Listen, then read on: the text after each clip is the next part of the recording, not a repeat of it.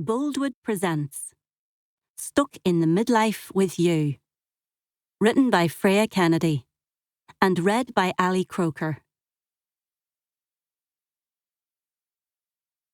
Chapter 1. The Winds of Change. Becca. "Is this supposed to be stress relieving?"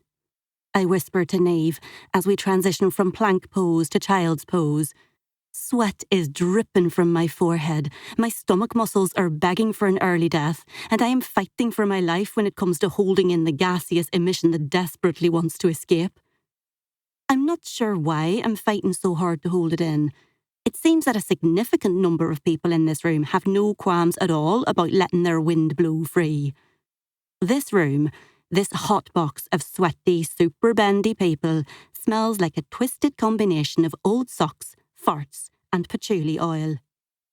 "It is stress relieving," Niamh, my ride-or-die best friend of more than 40 years, hisses at me with a ferocity that would make Medusa look and sound positively fluffy in comparison. "Can't you see the stress leaving my body?" she snarls as she folds her body in two with such flexibility I wonder if she removed a couple of ribs before coming to class. As I try the same move, stretching my arms across the floor in front of me while my bum rests on the back of my legs, I know there is no neat folding going on. My stomach is acting as a sort of oversized bolster cushion between my spine and thighs. The closest I can get to folding in half is hitting a 30 to 40 degree angle betwixt leg and belly. Briefly, I wonder if wearing Spanx next time would help me improve on this, but then I think of the inevitable sweaty gusset situation that would ensue and nix the notion. This is hellish enough. We do not need to add a bad case of thrush to the horror. Niamh is a natural, able to move her body as if she lacks a skeleton. She manages to make each twist and extension of limb look effortless. Only the grunts and moans coming from her mouth give away the fact that she's feeling the burn. I grimace as I realise those grunts and moans are probably not a million miles away from her sex noises. Then I grimace again because I absolutely don't want to think about my best friend's sex noises. This must be what people mean when they talk about intrusive thoughts. I should not have let Niamh talk me into joining her at one of her twice-weekly torture sessions yoga classes. At 46 and a half, I should know my limits by now, and yoga should be near the top of the no-can-do list. It's something I've tried multiple times, convinced things will be different with each attempt. They never are. "You just need to give yourself a chance to get used to it. Your body won't want to move that way at first," Niamh had said. She certainly wasn't lying about that second part. As I now try to deepen the stretch, as directed by the instructor, my body screams in protest. This is not relaxing. This is not giving me a sense of peace. However, it is, I suppose, at least distracting me momentarily from my ongoing troubles, which are threefold. 1. I am going to be a grandmother. I can't quite wrap my head around being old enough to be anyone's grandmother. That and the fact that my child, Adam, who is the baby's father, is only 19 and in the middle of his university studies in Manchester. I am focused on appearing non-stressed by all of that when I'm in Adam's company. The last thing his quite sensitive soul needs is judgment and blame. But inwardly I am fighting the urge to grill him about how on earth he thinks they will cope with or provide for a baby. 2. The baby's mother, Jodie, is the daughter of the very bendy Niamh. I suppose this isn't the worst case scenario. If I'm going to rock a co-granny dynamic, I can think of no one better to do it with than my long-term BFF. But I'm still worried. What if the stress of it all leads to a major bust-up between Adam and Jodie, and a follow-on major bust-up between us? Niamh and I have only just reunited a triumvirate of long-term besties by making peace with our number 3, Laura, after a decade-long falling out. I never want to go through that again. 3. Along with the ongoing crisis surrounding the news of the unexpected baby in the uterus area, as Niamh described it, has come a whole new list of responsibilities, as Niamh and I support our young people through this life-changing development. If they decide to carry on with the pregnancy, this is only likely to increase tenfold. Even now, I found Adam needing almost constant reassurance that everything will be fine and I will fully support them whatever. Where that has created a problem in my own life is that my emotional energy is being entirely swallowed up by navigating these stormy parental waters, and I have little to nothing of me left to offer to what had looked like the beginning of a very lovely relationship. Conal, brother of Laura, and I had been getting along very nicely indeed, and heading to the point of no return, and hopefully many orgasms, when the shit had hit the fan. There is nothing in this world that puts the brakes on a fledgling relationship quicker than a surprise pregnancy, even if that pregnancy is not your own. So that romance, and the associated prospect of my decade-long drought being declared well and truly over, is now on the proverbial back burner. The best I can hope for is that it keeps simmering until I have the time and energy to turn the heat back up on it again. My fear, however, is that the proverbial pot will have boiled dry before I get the chance to give it the attention it deserves. Our instructor tells us to lie on our backs and get comfortable. I do exactly what I'm told and close my eyes, concentrating on my breathing and the soft cadence of a whispered meditation. This is the part of a yoga class I like. The slipping into just being at one with my body and breath, in a space where I can convince myself that everything will indeed be okay. I even get to enjoy the momentary smugness of having completed a full-on exercise class and not being dead. This won't last long. As soon as I try to walk on shaking legs or lift anything heavier than my car keys, I will realise I haven't escaped as unscathed as I'd hoped. Inhaling, I imagine soft, warm sand beneath me and the gentle rush of clear blue waters to shore. I can almost feel the warmth of the sun on my face and smell the coconut-scented aroma of sun cream, when a loud voice clip of Stewie from Family Guy calling repeatedly for his mum starts to echo through the room. I know instantaneously that it is my phone that is ringing, because of course it is. This is my life now, I think. A series of unfortunate incidents and embarrassments. I mentally wring the neck of my older son, Saul, who has clearly messed with my phone settings while he was home for the Christmas holidays. He's quite fond of playing on my increasingly poor grasp of ever-changing technology. At least, I think, as I scramble to my hands and knees and crawl to the back of the room, making an apologetic facial expression, it's not as bad as the time he set my phone to play a loud fart sound when he called me. Then again, I might just have gotten away with that one in this room. With my phone out of my bag and clamped to my chest, in the hope my matronly boobs will muffle the noise, I get to my feet and make for the exit as quickly as possible. As soon as the door is closed behind me, I answer. Saul, what is it?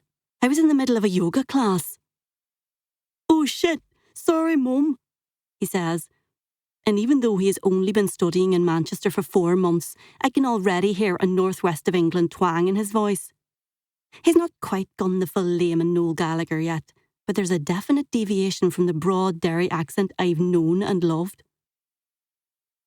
Saul being Saul, the eldest of my twin sons, and heretofore the more problematic of the pair, needs to be led through a conversation, even when he has initiated it himself.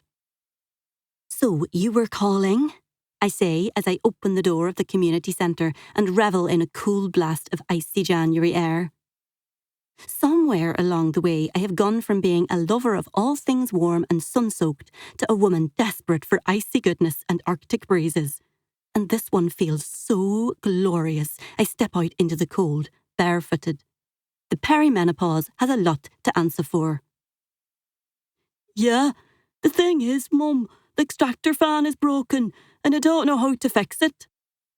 He says it with a tone in his voice that leads me to believe he thinks I have some sort of magic electric appliance superpower and can will the fan back into life from the icy car park of a community centre. It would be a handy power to have, I suppose, but I don't think Marvel will be battering down the door to offer me a franchise deal on the back of it. OK, love. What do you mean by broken, exactly? It won't come on. Not even the wee light thing. I was going to make a bacon sarnie, but I can't do that if the fan isn't working. It'll set off the alarms. He sounds quite distressed at the thought. Is everything else working? Lights? Other outlets? I ask. I think so, he says. It might be the fuse, I tell him, and realise I have come to the end of my useful knowledge. Probably best to report it to the accommodation manager and get them to send someone in to look at it. But what about my bacon sandwich? He says. I'm starving, Mum, and I haven't done a shop yet because my student loan hasn't landed in and... As he chats, I do what I promised myself I would not do this term and send him over some cash so that he can order a pizza and settle himself for the evening. Saul has 2 modes. So laid back he's almost horizontal, or able to catastrophise the smallest of inconveniences to the nth level in seconds. There is no in-between. So even the absence of his ability to fry up some bacon without setting off the smoke alarms will be enough to have him convince the world, as he knows it, is coming to an end. If I was in good, fully present mother mode, and not freezing outside of a yoga class, I would talk him through this crisis until he has made his peace with it. But it's late, I'm tired, and I don't have the mental or physical energy to play the part of a counsellor just now. Money for a pizza is a good compromise. That, and the promise that I will call him back in the morning. Money sent and child soothed, I turn to head back into class, knowing I'm unlikely to be able to get myself into a place of zen again in whatever time is left of the meditation, but willing, nonetheless, to give it a go anyway. Only the door has closed behind me as I exited and is locked automatically. Of course it has. Because, as we've discovered, this is my life now. A series of disasters and challenges. I am outside, in the cold. My shoes, coat, hat and car keys are all inside. As the cool night sky starts to pelt thick, icy globules of sleet onto the bare skin of my arms, and my feet start to go numb from the cold, I offer a not too silent prayer of frustration to the gods of menopausal women everywhere. One my phone would have auto-corrected to duck my life. Chapter 2. You wouldn't be long getting frostbite. It may only have been 3 or 4 minutes since I've discovered the door closed behind me, but it feels a lot longer. I have tried battering on the door to attract the attention of my classmates, but I know it's likely pointless. They are down a hall and behind a fire door.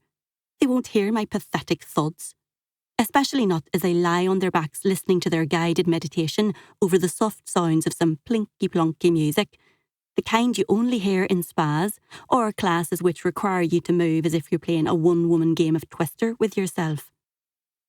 I could try phoning Niamh, but I know I'd likely be on a hiding to nothing with that. Niamh does not believe in ever having her phone on anything but silent, especially not when she is having time out from her work or her family. There is nothing so important it can't wait a bit, she often says. I mean, even if someone is dead, my answering the phone isn't going to undead them, is it? She has a point. As my toes start to turn blue and my poor frozen hands start to turn purple, I console myself with the knowledge that this cannot go on much longer. The relaxing meditation bit comes just before the namaste bit, which preludes the drinking from water bottles and smiling smugly at all your fellow classmates, proud that you have survived the ordeal. Not long after that, they will all start to leave, and, all being well, they will find me still alive and not frozen to death, my nipples standing proudly to attention in the bitter night air. Crossing my arms in front of my chest and plunging my hands into my armpits in a bid to preserve body heat, I contemplate ordering myself a pizza as soon as I get home, and undoing what little good I have just done for my body during the last hour. At least, I think, I could share it with Adam. who has yet to return to his beloved Manchester after the Christmas holidays, while he tries to wrap his head around the news that his girlfriend is pregnant. It's fair to say that he is very much on an emotional rollercoaster right now, and I never quite know what version of Adam I'm going to come home to. When I'd left to come to yoga, he had been sitting on his bed, strumming tunelessly on his guitar and talking to our beloved pet, Daniel the Spaniel. He has learned, just as I did over the past few years, that Daniel is a trusty confidant. He never spreads gossip, will listen for hours as long as you scratch his belly or behind his ears, and almost never looks at you with judgment in his eyes. If you can handle the noxious aroma of his gassy emissions, he is actually a pretty great companion to have around. I'm lost in a little jig trying to stave off the impending frostbite when I hear the door open behind me and turn to see a few of the young, more lithe members of the group stare at me, as if I've lost the run of my senses. "If you're done gawping, any chance I could get past you?" I say, as cheerily as my chattering teeth will allow. They nod a yes in unison and step backwards. Then, just like Moses parting the Red Sea, my frozen form seems to prompt a parting of the fit and healthy as I walk down the hall, arms crossed to protect the modesty of my still erect nipples, so I can retrieve my belongings and warm up before hypothermia kicks in.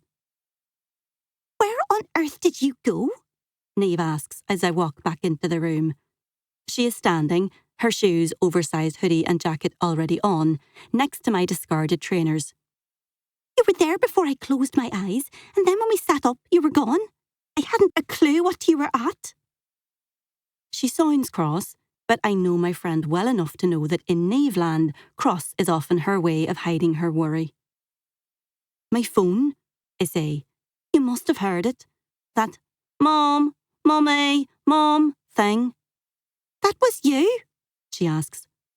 "Saul has been at my settings again," I say, and she nods her head in a "that explains it" gesture.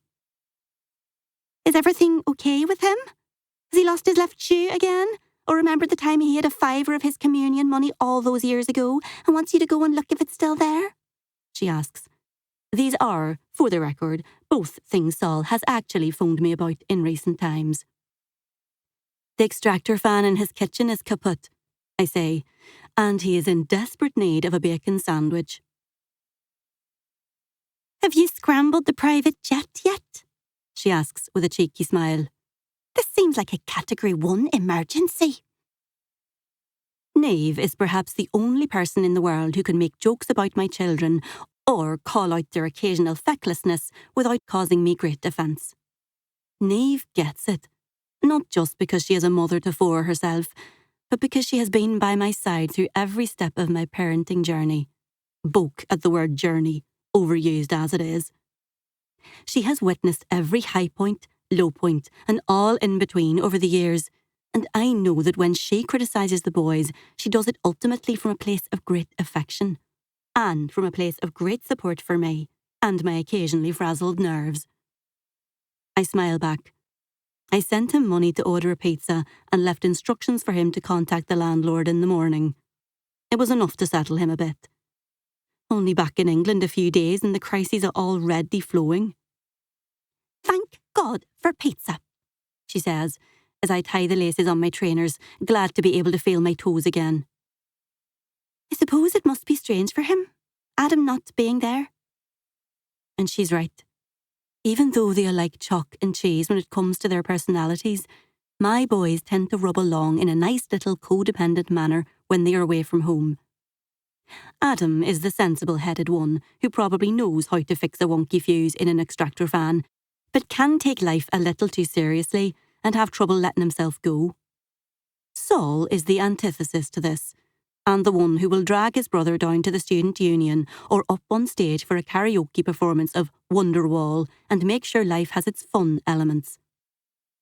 They are the yin to each other's yang in that regard, and neither of them functions quite as well without the other. I think it is, and I think it's strange for Adam too. "Yeah," Niamh says. "Things are a bit arseways at the moment." She doesn't need to explain. I know what she means already. It's a strange time for her eldest, Jodie, too. Although both of our children, now adults, have impressed us with their mature approach to things, there's no escaping the, frankly, shite timing of it all. Their relationship has only moved from the friend zone to the romance zone over the past few months. This should still be the super fun can't keep their hands off each other stage, which presumably it was for a time, given this unexpected pregnancy. The memory of Niamh arriving at my door, Laura by her side for moral support, and a pregnancy test in her hand is still embedded firmly in my memory. She regrets telling me in that way now. Wishes she had given Jodie and Adam a chance to work out their feelings before coming to us with their news themselves. But as I always say, we can only do the best we can with the information we have at the time. At that time, Niamh was in possession of just enough information to freak herself the fuck out, and so, of course, it was understandable she would turn to her best friends for support. Now it is up to us to support our adult children in whatever way they need. For Niamh, that has meant holding Jodie's hair back while she pukes several times a day, and often with little warning. For me, it has meant assuring Adam that whatever decision he and Jodie make, he will have my full and unequivocal support, and that my newfound incontrovertible knowledge that he has had sex has not lessened my opinion of him in any fashion whatsoever. After all, I've always known it was going to happen someday, even if I could have happily lived out my years not knowing it for certain. They'll be okay, though, I say, and I'm not sure if it's a statement or a question. Maybe it's a bit of both. They will, says Niamh, and it's not the worst news that could come to our doors. We have been reminding ourselves of this a lot. It's not an illness or an addiction. It's not the revelation that they are part of some gangland criminal cartel. It's a baby. Chances are, if we had gotten this news 10 years, or even 5 years from now, it would be a cause for celebration. But it is what it is, and it's our job to guide our 19 and 20-year-old offspring through the coming months. It's also our job to try and remain sane while doing so, and as Laura reminded me via WhatsApp earlier, it's my job not to slide into old habits of focusing on supporting everyone else, and not pushing forward with my own plans to build a life for myself that 16-year-old me would be proud of. In fact, Laura has been adamant that, even with this unfurling domestic drama, I power on with my mission to make good on the promises I made my younger self, which I rediscovered when I uncovered the time capsule we made as teenagers. Laura will not allow me to forsake my plans to overhaul my career, see more of the world, and learn to love the life I lead and the body I lead it in. The only area she has kept clear of getting involved in is with my budding, now stalled, relationship with Conal, her brother. It's not, she says, that she doesn't care, more that she can't bring herself to openly encourage me to have sexual relations with someone who made an art form of directing his farts in her direction when he was a child. As Niamh and I leave the community centre and reach our cars, we give each other a hug. We'll be okay too, I tell her. I mean, I'm not sure I'll be able to move tomorrow without considerable effort and a few choice swear words, but overall, we'll be okay. You just need to get used to the moves, and then, honest, you'll find it a great stress reliever. I feel much better able to go back and deal with Paul after this. I hug her tightly because while Niamh and I are doing our best to support our children, Paul is very much struggling with the news, and as a result there have been some shockwaves in their usually quite wonderful relationship. He's still being... I trail off, trying to think of a suitable way to describe how Paul is behaving without being truly offensive. A dick, Niamh says. Yeah, but you know the crack. He's my dick, etc. We'll get through it. She shrugs as she gets into her car, leaving me wondering how bad things might actually be between them. Chapter 3. Here I Go Again. There's a fair chance that I am going to hell. My sin is that I have yet to tell my mother about the pregnancy. To her credit, my mother has always been relatively cool with life's curveballs, and no matter what either of my boys could ever do, she would still think the sun shines brightly from their arses. But this is a tricky one. I don't want to tell her the news until I know exactly what the news is, and, if I'm being completely honest, if Adam and Jodie decide not to proceed with the pregnancy, then I am considering not telling her at all. Not because I think she'll be angry about it, but because I know she would find it unsettling, upsetting even. She's of a generation that believes in mortal sin and eternal damnation, and while she's not overly religious herself, the impact of years of Catholic indoctrination still looms large in her conscience. I feel awful keeping something so colossal from her, and it's made harder that I'm having to lie on top of lie to cover the tracks of what is really going on.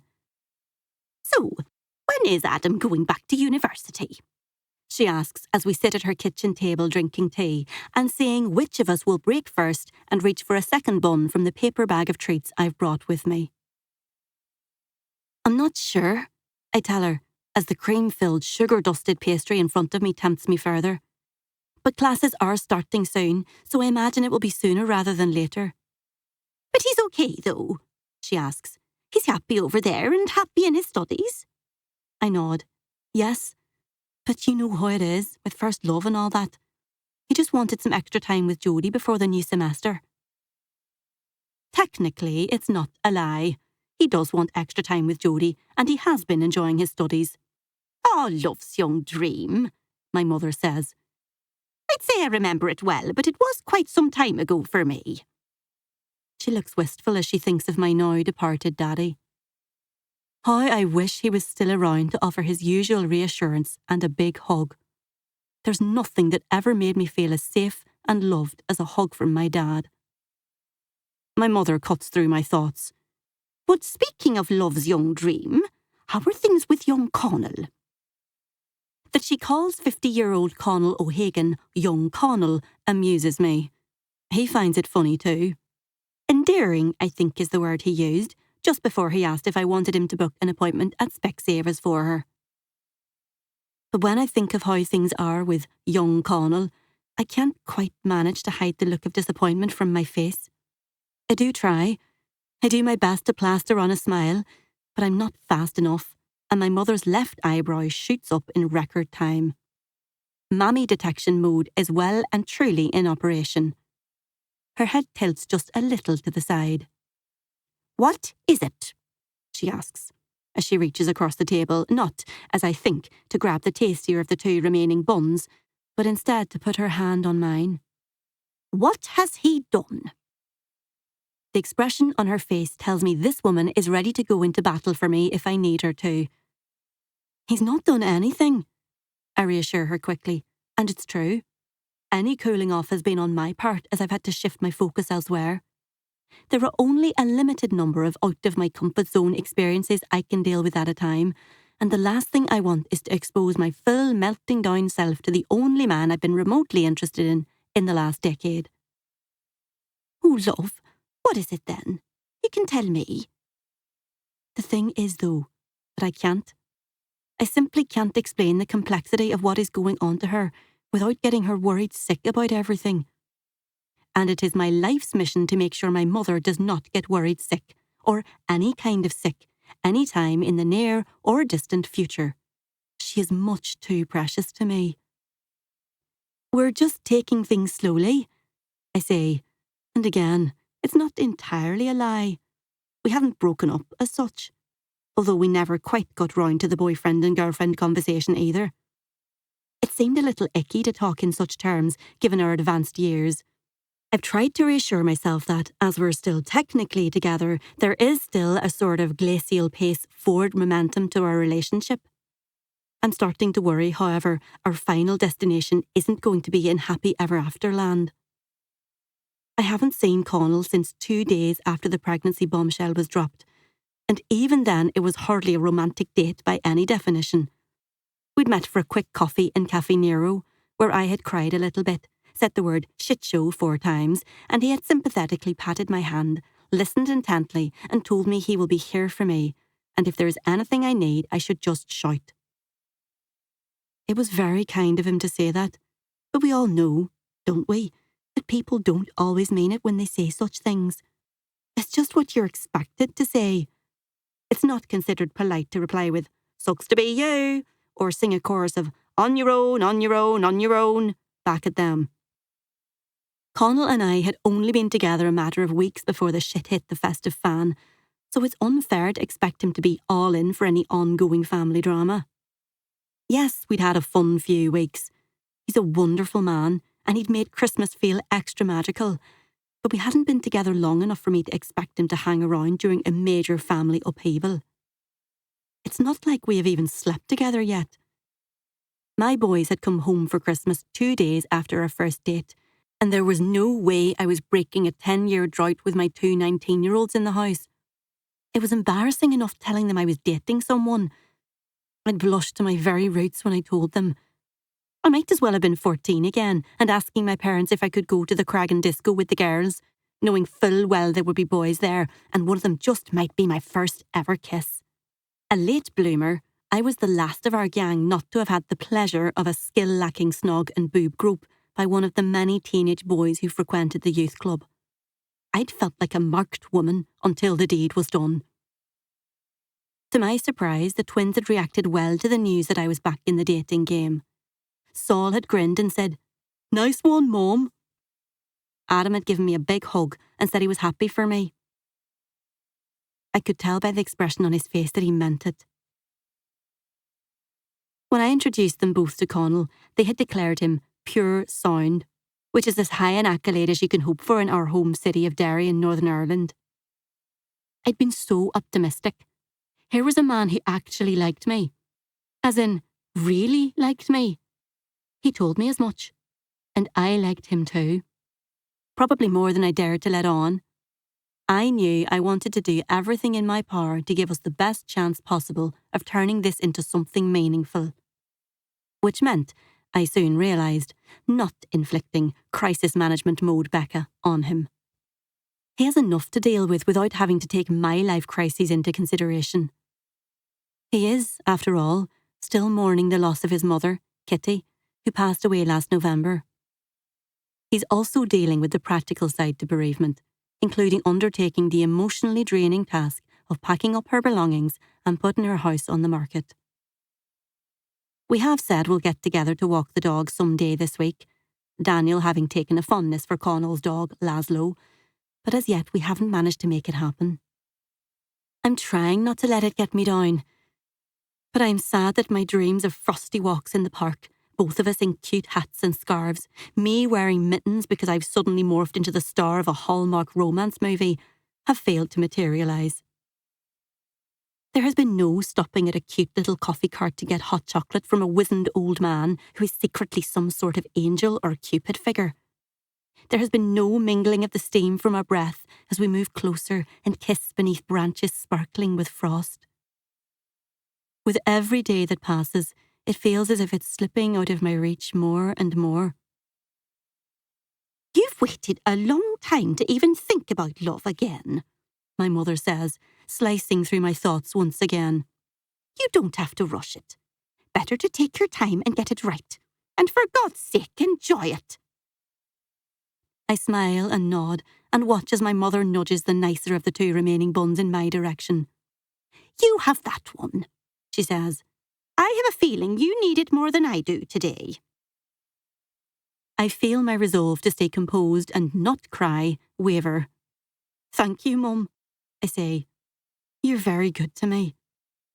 "And you're very good to me," she says with a smile. "Things will work out," she says, even though I've made no mention of things not working out. Dairy mammies know everything, I think.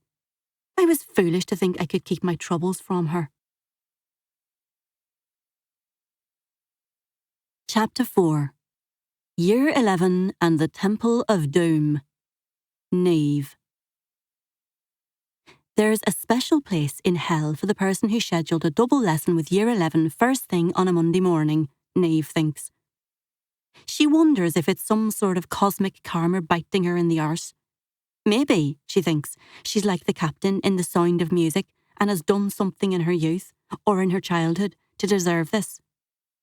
Although, now that she thinks about it, Captain Von Trapp's karma came in the form of a lovely new romance with Julie Andrews. Niamh's has come in the form of Ella Devane asking her if she has TikTok. No, Niamh replies, I do not have TikTok. This is a lie. She, of course, has an account, but she doesn't post anything on it.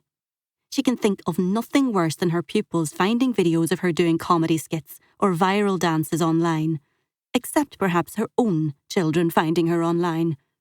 They'd never forgive her.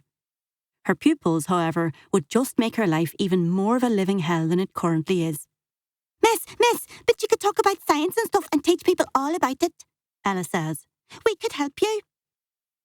Before Niamh has the chance to reply that she is already talking about science and allegedly teaching people stuff, Jaden Murray chimes in with some sort of gobbledygook language that everyone else in the room seems to understand and find absolutely bloody hilarious. She's not sure what no cap and Ohio have to do with anything, but this seems to make sense to his classmates. Maybe, she thinks, she's having a stroke. That's why these words don't make sense. Perhaps it wouldn't be the worst thing ever. At least she'd get a lie down and a few sick days off school. Miss, can we make up a dance? We could go viral, Ella shouts, already out of her seat and scrolling through her forbidden phone.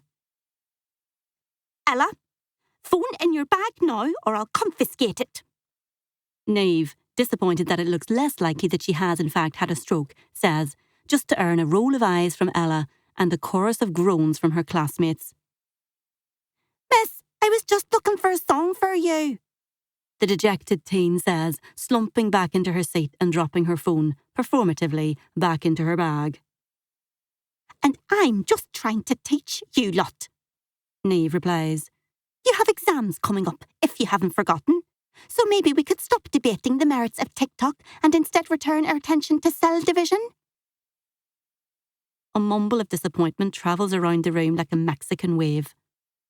Niamh just waits for it to pass. If she had her way, she'd tell them all, very clearly, that she would rather be doing just about anything right now instead of going over the basics of cell division, once again, to a class who really should know this inside and out by now. If she had her way, she'd tell them that, ideally, she'd like to be on a beach somewhere drinking a margarita for breakfast. Yes, for breakfast, and bitching with her friends. She'd like to be as far away from this cold and rainy January day in Derry as she could get, and away from the troubles in her life. Namely, 1. Year 11, the bane of her life and the 1 year group she would describe as feral, knowing that was putting it mildly. 2. Her teenage sons, Ethan and Cal, who have taken to communicating in grunts and mumbles, and whose shared bedroom has become a biohazard that she just can't find the strength to deal with, but knows she has to. A pungent aroma of body odour mixed with God knows what else has started to seep out into the landing, and it's enough to make her gag. 3. Her youngest child, sweet, beautiful, surprise baby Freya, who is almost 8, seems to be fast-forwarding into the tween years with hints of the trouble to come. 4. Her husband, Paul, heretofore the love of her life and stalwart in every single crisis they have faced together, who is not handling their latest crisis all that well. Which brings her to 5. Her eldest child, 20-year-old Jodie, is pregnant. This is not what she had hoped for her precious firstborn, who should be enjoying her university years and the freedom to act the hallion that only comes in your younger years. And last, but not least, 6. Perimenopause is kicking her square in the vagina and nothing seems to be helping. In fact, she is currently experiencing the worst hot flush of her entire life and is afraid she might actually combust, which Year 11 would find totally hilarious and which they would create a TikTok about before her charred remains had the chance to cool off. No one warned her the hot flushes would come with an unhealthy dose of extreme sadness and rage, which she is desperately trying to keep under wraps. She takes a deep breath and instructs her pupils to read page 68 of their textbooks, while she walks to the window and opens it wide, desperate for a blast of cold January air. She is aware that external temperature has no impact whatsoever on the ferocity or length of her hot flushes, but still, she feels as if she should be doing something to help her poor, overheated body. She also knows that the quicker she cools down, the less likely she will be to burst into tears in front of her class, which would be akin to a fate worse than death. After all, the first rule of teaching in a secondary school is show no weakness. Teenagers will take a rogue fart, mispronounced word, swear or show of emotion and use it to forever change your future for the worse. Niamh knows this. She has seen it time and time again as colleagues have succumbed to unfortunate nicknames that have stuck. You just need to ask Toot Toot McGuigan, the French teacher who, to this day, bitterly regrets the 5-bean chili they ate for dinner one Tuesday night in 2003, how that feels. Miss, it's freezing. Can you close the window? Jaden Murray shouts, following it with an exaggerated shudder. It's window, Jaden, not windy. I'll close it in a moment, she says. But miss, we'll all catch colds or COVID or the flu and it might start a new pandemic, Ella shouts. You'll all be fine, Niamh says, a rictus smile on her face. Miss, are you like Elsa from Frozen? Does the cold not bother you? Jaden says, clearly enjoying the attention he's receiving. He and Ella make for quite the double act. If they ever combine their powers, Niamh fears for her ability to be able to control her classroom.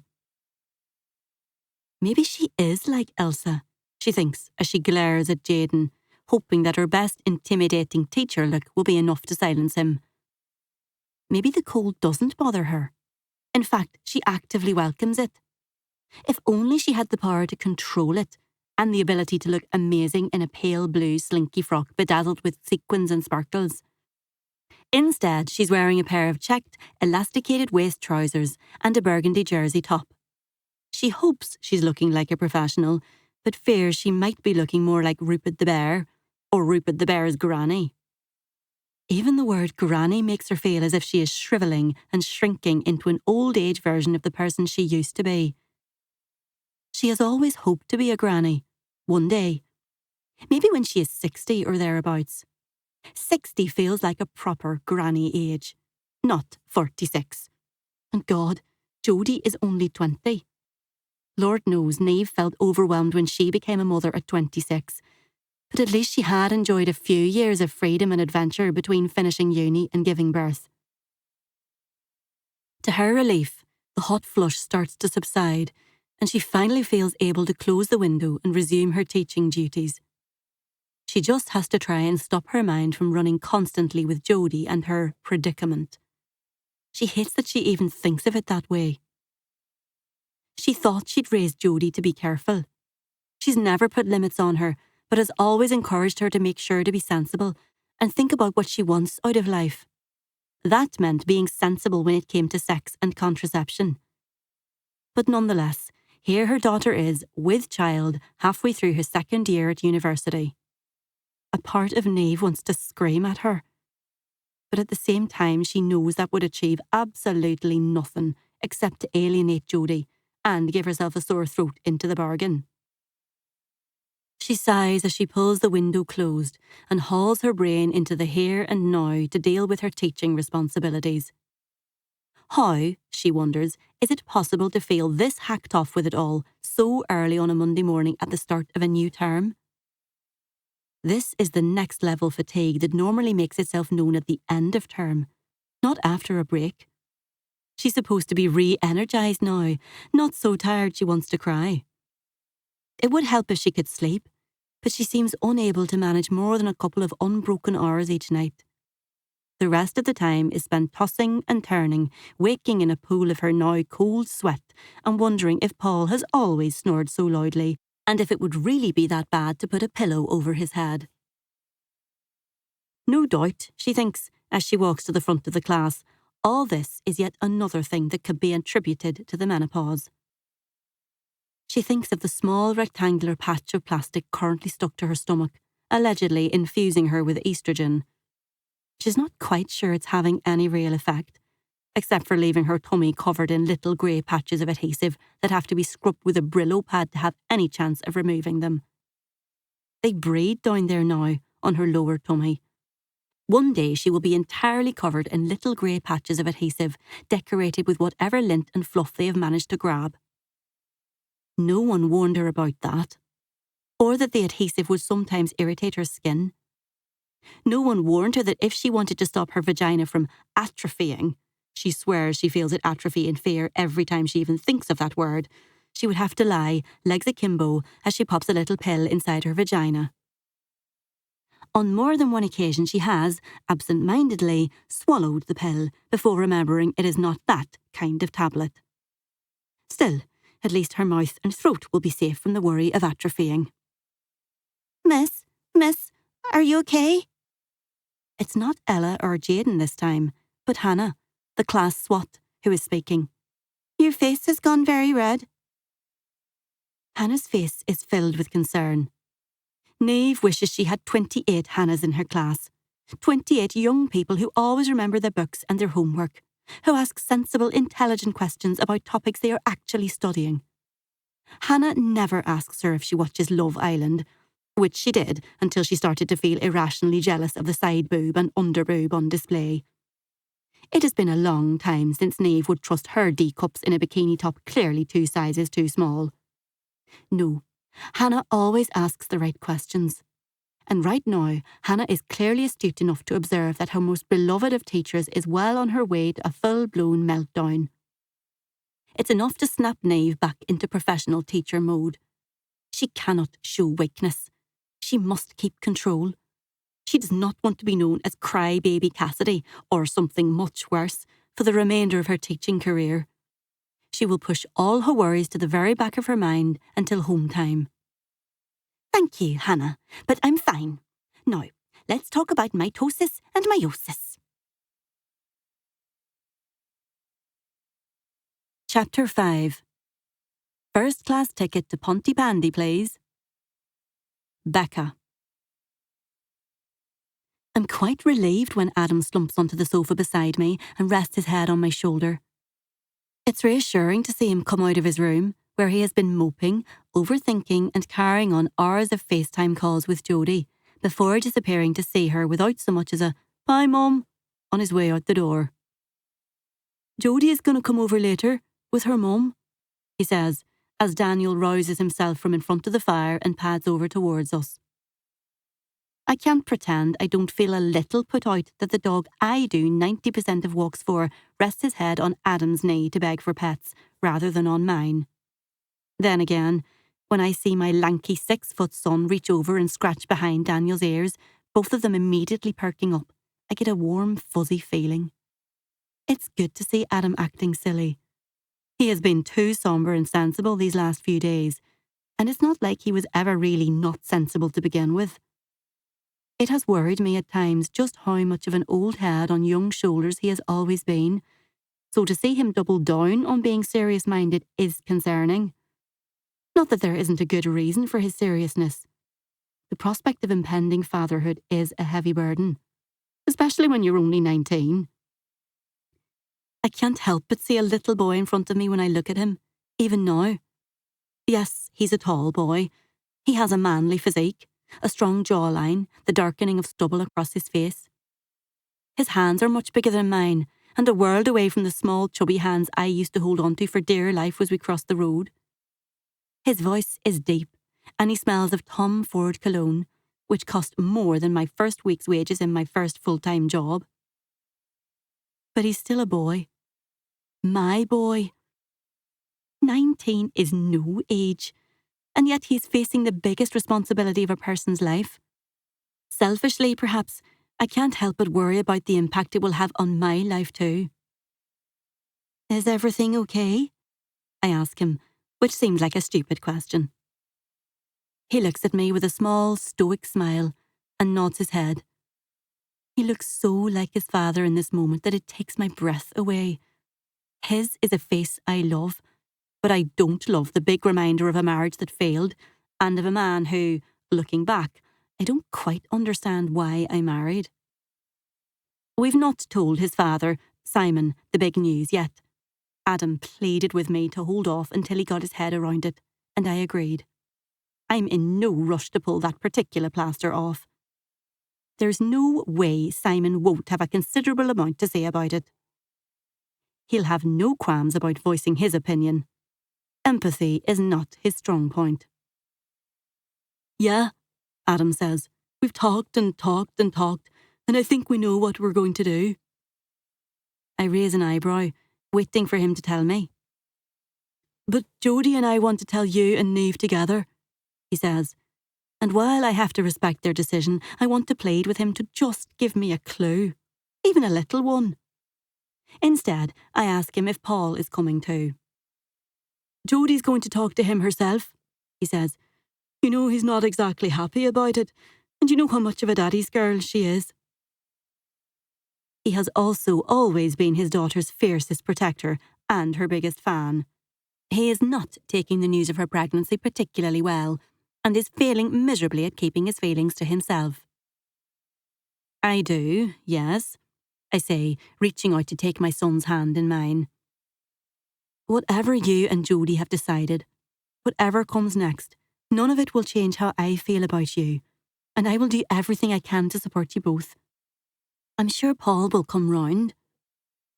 Thanks, Mum, he says, and lays his head back on my shoulder, prompting Daniel to spring up to try and nuzzle in between us. How can a dog be 10 years old and have no clue about respecting people's personal space? Then again, at least he doesn't try and sniff our bums in the way he does with